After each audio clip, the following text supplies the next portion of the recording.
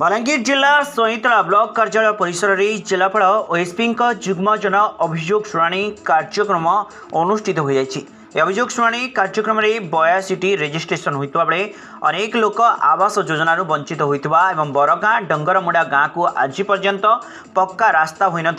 डुंगरीपाली सरपंच गजपति साहू अभियोग करते। अन्यपटे पानीय जल भत्ता एवं रास्ता समस्या को नहीं अभियोग होता बेले किसी समस्या संपर्क में समाधान होता जिलापाल गौरव शिवाजी ईश्वरवार कहते। यह कार्यक्रम में विभिन्न विभाग अधिकारी माने उपस्थित थे। आज अराउंड मोर देन 60 ग्रीवांसेस आसी भितर पीएमएवाई किसी ग्रीवांस थिला तो हमरे नुआ सर्वे भी चली तो आम सही भितर इंक्लूड करने से लिस्ट मेंटेन करूँ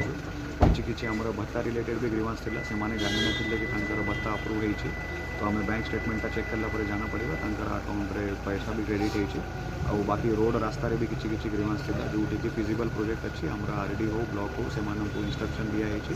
कि से माने तार फिजिबिलिटी हिसाब रे से प्रोजेक्ट का टेकअप